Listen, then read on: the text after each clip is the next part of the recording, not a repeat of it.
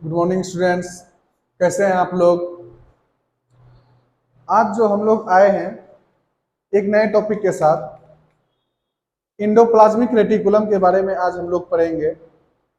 Endoplasmic reticulum cell का जो है इंडोमेम्ब्रेन सिस्टम का एक पार्ट होता है। ये जो सेल का इंडोमेम्ब्रेन सिस्टम होता है इसमें मेनली तीन चीज आते हैं।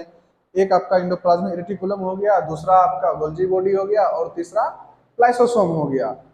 तो इन तीनों में से आज जो हम लोग पढ़ने वाले हैं इंडोप्लाज्मिक रेटिकुलम के बारे में, ये क्या होता है, इस सेल में क्या काम है, कहाँ पे पाया जाता है और ये जो है कितने टाइप का होता है। तो आज हम लोग क्या करेंगे, इस बारे में डिटेल से चर्चा करेंगे। तो चलिए पढ़ते हैं अब हम लोग इंडोप्लाज्मिक रेटिकुलम के बारे में। ई आर, इसको हम लोग फुल फॉर्म में लिखते हैं क्या, इंडो प्लाज्मिक रेटिकुलम। रेटिकुलम, तो आज हम लोग पढ़ने वाले हैं इंडोप्लाज्मिक रेटिकुलम के बारे में। तो सबसे पहला पॉइंट जो ईआर के बारे में कहा जाता है, ये सिस्टम ऑफ मेम्ब्रेन है। इंडोप्लाज्मिक रेटिकुलम के बारे में सबसे पहला बात कहा जाता है, ये क्या है, सिस्टम ऑफ मेम्ब्रेन है। तो हम लोग पहले इसका डायग्राम देख लेते हैं, फिर उससे जो है क्या होगा, समझने में हम लोग को आसानी होगा। तो डायग्राम पहले देख लेते हैं। ये हुआ आपका सेल और ये हुआ न्यूक्लियस, ठीक है। तो इंडोप्लाज्मिक रेटिकुलम जो होता है वो न्यूक्लियर मेम्ब्रेन से स्टार्ट होकर सेल मेम्ब्रेन तक जाता है, इस तरह से। ये हो गया आपका, और दूसरा अगर करें,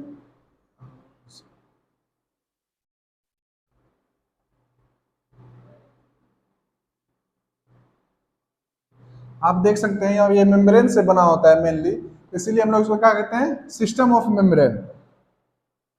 यहाँ पे एक राइबोसोम डाल देते हैं एक हिस्से में, ये जो छोटा छोटा बिंदु है ये क्या है, ये राइबोसोम है। मेनली जो आर ई आर होता है, ये इंडोप्लाज्मिक रेटिकुलम होता है, ये दो तरह का होता है। एक तो एस ई आर जिसको हम लोग कहते हैं स्मूथ इंडोप्लाज्मिक रेटिकुलम, और दूसरा होता है आर ई आर जिसको हम लोग कहते हैं रफ इंडोप्लाज्मिक रेटिकुलम। ये हो गया आपका रफ इंडोप्लाज्मिक रेटिकुलम, और ये वाला जो हिस्सा ये क्या हो गया आपका, स्मूथ इंडोप्लाज्मिक रेटिकुलम। अब हम लोग इसका थोड़ा सा नेमिंग कर लेते हैं। ये आपका हो गया सेल मेम्ब्रेन, सेल मेम्ब्रेन। ये क्या हो गया, न्यूक्लियर मेम्ब्रेन। न्यूक्लियस का दीवार है तो क्या हो गया, न्यूक्लियर मेम्ब्रेन, मेम्ब्रेन। और यहाँ पे ध्यान से देखिएगा, ये जो इंडोप्लाज्मिक रेटिकुलम का दीवार है, इसके अंदर का जो हिस्सा है ये वाला, इसको हम लोग कहते हैं ल्यूमिनल पार्ट, ल्यूमिनल पार्ट। और इसके बाहर का जो भी हिस्सा है इसको हम लोग क्या कहते हैं, extra luminal part, extra luminal part. ये हो गया आपका क्या, सेल। तो अब हम यहाँ से जो है बहुत कुछ समझ सकते हैं इंडोप्लाज्मिक रेटिकुलम के बारे में। ये आपका सेल का दीवार हो गया, सेल मेम्ब्रेन। ये आपका न्यूक्लियस हुआ और ये न्यूक्लियर मेम्ब्रेन, ठीक है। तो ये जो आपका इंडोप्लाज्मिक रेटिकुलम होता है ये कहां से कहां तक होता है, न्यूक्लियर मेम्ब्रेन से लेकर सेल मेम्ब्रेन तक। देख सकते हैं न्यूक्लियर मेम्ब्रेन से लेकर सेल मेम्ब्रेन तक होता है। और ये जो है दो टाइप का होता है, एक तो आपका आर ई आर हो गया और दूसरा एस ई आर, मतलब rough endoplasmic reticulum, smooth endoplasmic reticulum. अब हम लोग बात करेंगे जो इंडोप्लाज्मिक रेटिकुलम होता है उसके अंदर का जो हिस्सा होता है सेल का, मतलब इंडोप्लाज्मिक रेटिकुलम का जो ये मेम्ब्रेन है इसके अंदर का जो हिस्सा है उसको हम लोग कहते हैं ल्यूमिनल पार्ट, और जो इंडोप्लाज्मिक रेटिकुलम के बाहर का हिस्सा है उसको हम लोग क्या कहते हैं, एक्स्ट्रा ल्यूमिनल पार्ट, ठीक है। तो इस डायग्राम से हम लोग समझ सकते हैं कि इंडोप्लाज्मिक रेटिकुलम को सिस्टम ऑफ मेम्ब्रेन क्यों कहते हैं हम लोग। अब दूसरा बात आता है, यहाँ पे हम लोग देख रहे हैं कुछ अंतर है। एक तो स्मूथ है तो ये समझ में आ रहा है, ठीक है, सिर्फ मेम्ब्रेन है। दूसरा यहाँ पे देख रहे हैं कुछ डॉट डॉट ऐसा जो पार्टिकल है वो जो है इस पे क्या है, फिक्स है, मतलब इस पे सटा हुआ है, ठीक है। तो हम लोग देखेंगे कि वो आखिर सटा हुआ कैसे है। ये जो इस आपका स्मॉल स्मॉल पार्टिकल है वो राइबोसोम है। तो राइबोसोम जो सेल में वो आपका क्या कहते हैं एंडोप्लाज्मिक रेटिकुलम के मेम्ब्रेन पे अटैच होता है, वो जो है एक केमिकल के मदद से होता है, उसको हम लोग कहते हैं राइबोफोरिन फर्स्ट एंड सेकेंड। ये एक केमिकल कंपाउंड है जिसके मदद से help in attachment of ribosomes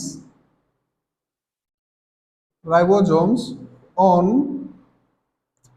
endoplasmic reticulum membrane।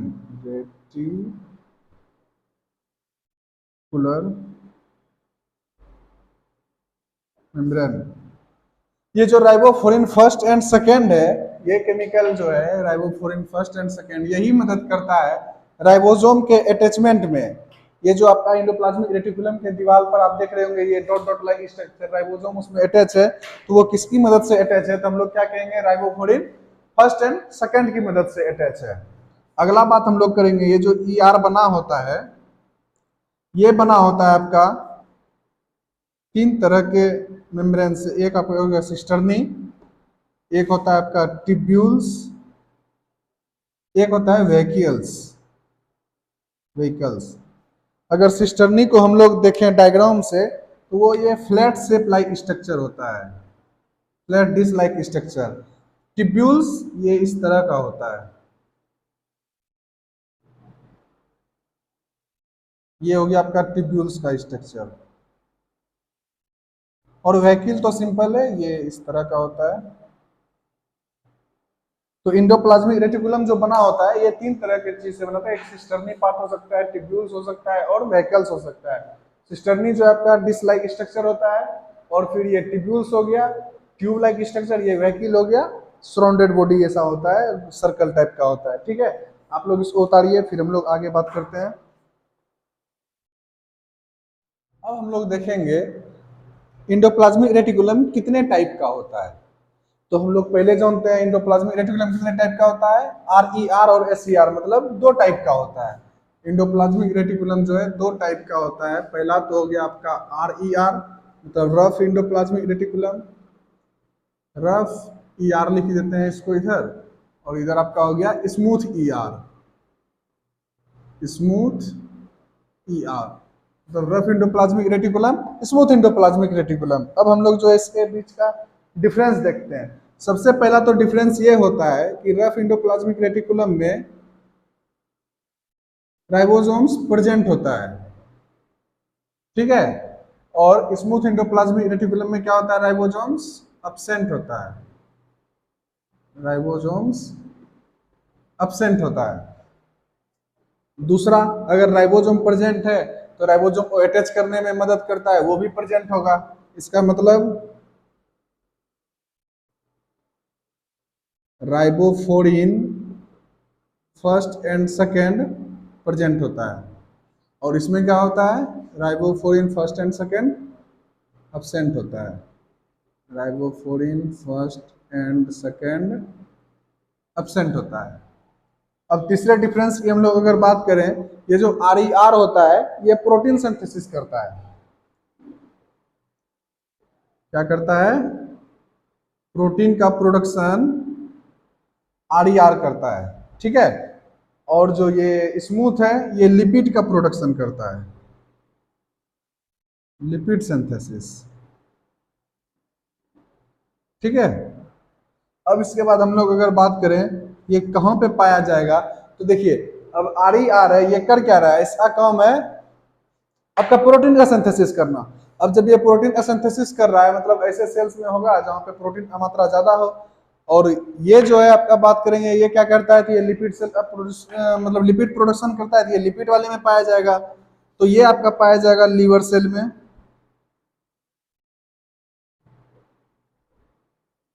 और ये पाया जाएगा एडिपोज टिश्यू में, in adipose tissue. Adipose tissue हम लोग कहते हैं जो हम लोग वो चर्बी वाला हिस्सा होता है, जो भी चर्बी जमा होता है वो उसी को हम लोग कहते हैं एडिपोज टिश्यू। तो लिपिड है तो लिपिड वाली जगह पे जमा हुआ, तो कहाँ पे हुआ? एडिपोज टिश्यू में। ठीक है, तो ये मेनली अंतर होता है स्मूथ ईआर और आरईआर में, कि भाई रफ इंडोप्लाज्मिक रेटिकुलम है और स्मूथ है, जिसमें सबसे बड़ा अंतर तो नाम में ही पता चल रहा है, रफ है स्मूथ है। इसका मतलब है इसमें राइबोसोम्स प्रेजेंट है जिसके कारण ये रफ है, और इसमें एब्सेंट है तो ये क्या हो गया? स्मूथ हो गया।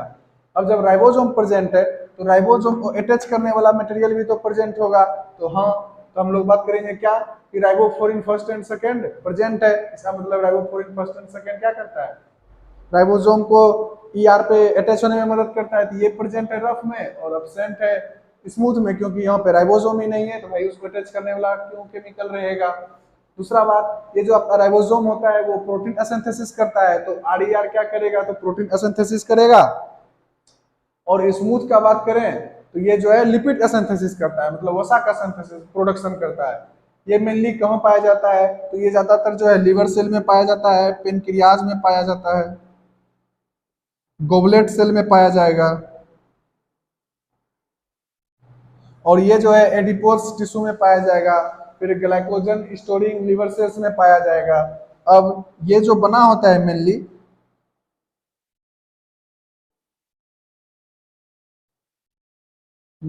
Made up of cisternae. अभी हम लोग पढ़े थे कि ईआर जो है तीन तरह के चीज से बना होता है, एक तो आपका सिस्टर्नी हो गया, दूसरा टिब्यूल्स हो गया, और तीसरा क्या हो गया आपका? वैक्यूल्स। तो ये जो सिस्टर्नी वाला हिस्सा है उससे मिलकर मेनली क्या बना होता है? Rough endoplasmic reticulum. तो अब बात करेंगे भाई स्मूथ किससे बना होता है? तो ये mainly composed of mainly made up of tubules. ये क्या होता है? टिब्यूल्स से बना होता है, एस ई आर मेनली। चौथा ये आपका हो गया। पांचवा, तो ये मेन मेन डिफरेंस है रफ इंडोप्लाज्मिक रेटिकुलम और स्मूथ इंडोप्लाज्मिक रेटिकुलम के बारे में। इसको आप लोग लिखिए। फिर हम लोग बात करेंगे फंक्शंस के बारे में, कि ये जो इंडोप्लाज्मिक रेटिकुलम है इसका काम क्या क्या है। हम लोग इस कार्य को देखेंगे।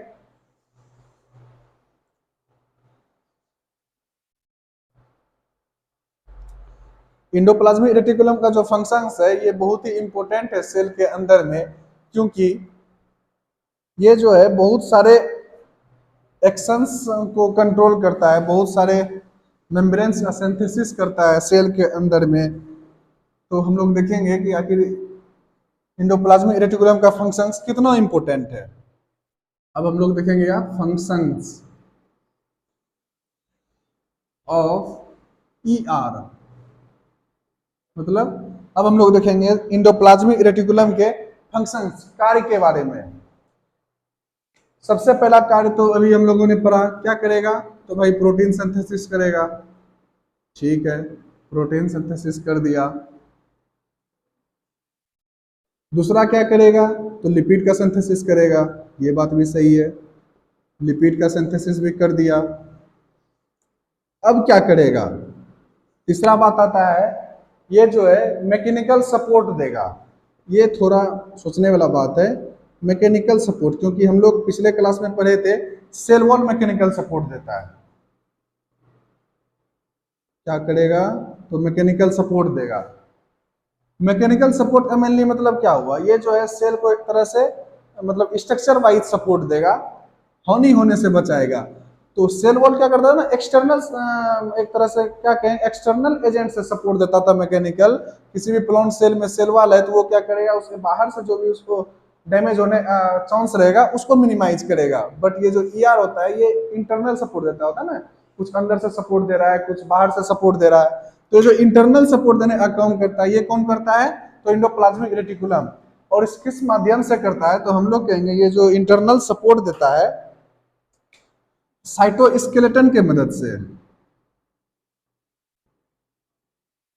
साइटोस्केलेटन, मेनली साइटोस्केलेटन में तीन पार्ट होता है। एक तो आपका हो गया इंडोप्लाज्मिक रेटिकुलम, दूसरा होता है माइक्रोट्यूब्यूल्स, तीसरा होता है माइक्रोफिलामेंट।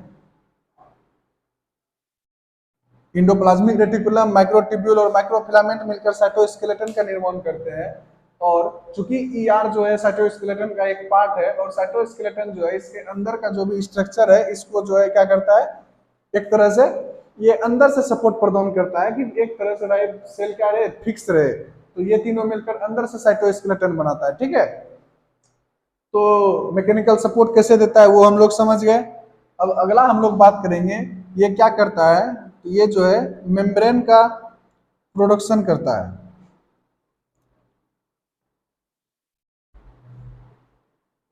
मेम्ब्रेन का क्या करता है, बायोजेनेसिस करता है। मतलब अलग अलग टाइप के मेम्ब्रेन्स को क्या करता है, एंडोप्लाज्मिक रेटिकुलम बनाता है।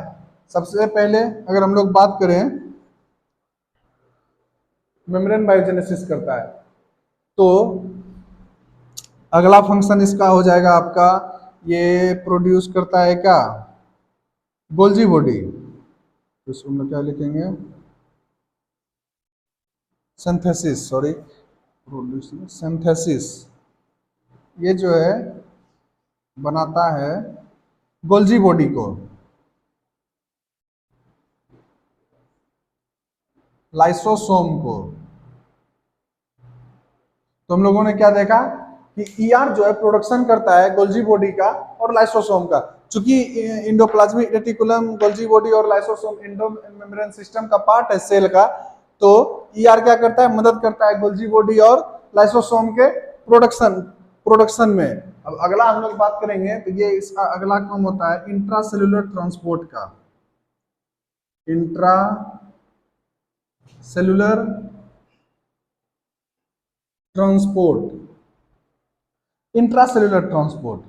इंट्रा का मतलब होता है विद इन द सेल, मतलब एक सेल है उसके अंदर का जो भी ट्रांसपोर्ट है, उस ट्रांसपोर्ट में कौन मदद करता है, तो इंडोप्लाज्मिक रेटिकुलम मदद करता है। हम देख सकते हैं यहाँ से किसी चीज को अगर बाहर कहीं भी भेजना है तो ये एक तरह का रास्ता बना हुआ है, ठीक है। तो ये जो है सेल के अंदर का जो भी ट्रांसपोर्ट होता है उसमें मदद करता है। इंट्रा मतलब क्या, विद इन, मतलब सेल के अंदर। इंटर हो गया, दो सेल के बीच में अगर ट्रांसपोर्ट होगा तो वो इंटर ट्रांसपोर्ट, इंटरसेलुलर ट्रांसपोर्ट होगा। और अगर एक ही सेल के अंदर में ट्रांसपोर्ट होगा तो उसको हम लोग क्या कहेंगे, इंट्रासेलुलर ट्रांसपोर्ट कहेंगे, ठीक है। उसके बाद अगर हम लोग बात करें इसके अगले फंक्शंस का, तो ये क्या करता है, समटाइम्स सेल डिवीजन के टाइम में ये न्यूक्लियर मेम्ब्रेन का भी प्रोडक्शन करता है। ड्यूरिंग सेल डिवीजन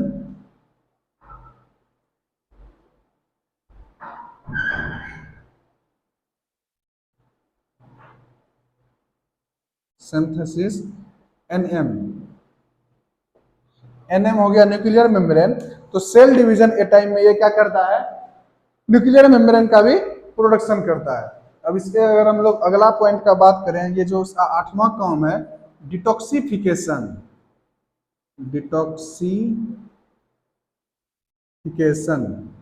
डिटॉक्सिफिकेशन का मतलब होता है कि कोई भी चीज अगर टॉक्सिक, जिसको हम लोग जहरीला कहें या पॉइजनस कहें, हमारे सेल के अंदर चले गया, मेरे बॉडी के अंदर में अगर चले गया, तो उसको जो डिटॉक्सिफाई करेगा, मतलब अगर हम लोग कोई टॉक्सिक चीज ले लिए उसको क्या न्यूट्रलाइज करेगा। तो न्यूट्रलाइज करने का काम कौन करेगा, वो करेगा smooth endoplasmic reticulum. Endoplasmic reticulum दो टाइप का हो गया, एक तो आरईआर हो गया, एक एसईआर हो गया। तो जो एसईआर होता है वो डिटॉक्सिफिकेशन में काम करता है। उसमें एक हिस्सा होता है जिसका नाम होता है साइटोक्रोम P450, वो मिलने में मदद करता है सेल के अंदर में डिटॉक्सिफिकेशन में। तो आज हम लोगों ने इंडोप्लाज्मिक रेटिकुलम के बारे में लगभग लगभग सारा चीज पढ़ लिया है। पहले हम लोगों ने देखा इंडोप्लाज्मिक रेटिकुलम किस चीज से बना होता है, तो ये एक मेम्ब्रेन सिस्टम होता है, सिस्टर्नी, ट्यूब्यूल्स और वैक्यूल्स से मिलकर बना होता है। फिर हम लोग बात करेंगे कि सेल में कहाँ प्रेजेंट होता है, तो हम लोग कहेंगे सेल में न्यूक्लियर मेम्ब्रेन और सेल मेम्ब्रेन के बीच में पाया जाता है। इंडोप्लाज्मिक रेटिकुलम के अंदर वाले हिस्से को हम लोग लुमिनल पार्ट कहते हैं और बाहर वाले हिस्से को एक्स्ट्रा लुमिनल पार्ट कहते हैं। और उसके बाद इसके फंक्शंस के बारे में कहें तो प्रोटीन सिंथेसिस करता है, लिपिड सिंथेसिस करता है, मैकेनिकल सपोर्ट देता है साइटोस्केलेटन की मदद से, मेम्ब्रेन का बायोजेनेसिस करता है, मतलब मेम्ब्रेन प्रोडक्शन करता है, फिर गोल्जी बॉडी लाइसोसोम बनाता है, इंट्रासेलुलर ट्रांसपोर्ट करता है, सेल डिवीजन के दौरान न्यूक्लियर मेम्ब्रेन का प्रोडक्शन मतलब सिंथेसिस करता है, और डिटॉक्सिफिकेशन में भी मदद करता है। इंडोप्लाज्मिक रेटिकुलम दो टाइप का होता है, पहला हो गया आपका स्मूथ इंडोप्लाज्मिक रेटिकुलम, दूसरा हो गया rough endoplasmic reticulum. Smooth endoplasmic reticulum में राइबोसोम नहीं पाए जाते हैं, रफ वाले में राइबोसोम पाए जाते हैं। तो अगर रफ में राइबोसोम पाए जा रहे हैं तो राइबोसोम को ERA मेम्ब्रेन से अटैच करने के लिए जो केमिकल होता है उसका नाम होता है राइबोफ्लोरिन फर्स्ट एंड सेकंड। तो इतना जो है एंडोप्लाज्मिक रेटिकुलम के बारे में काफी जानकारी है आप लोगों के लिए। तो आज का क्लास हम लोग यहीं खत्म करेंगे। नेक्स्ट डे हम लोग पढ़ेंगे गोल्जी बॉडी के बारे में। आप लोग ध्यान से पढ़ते रहिए और जो हम पढ़ाए हैं इसको सही से देखते रहिए। हमको लगता है आप लोग अच्छा करिएगा।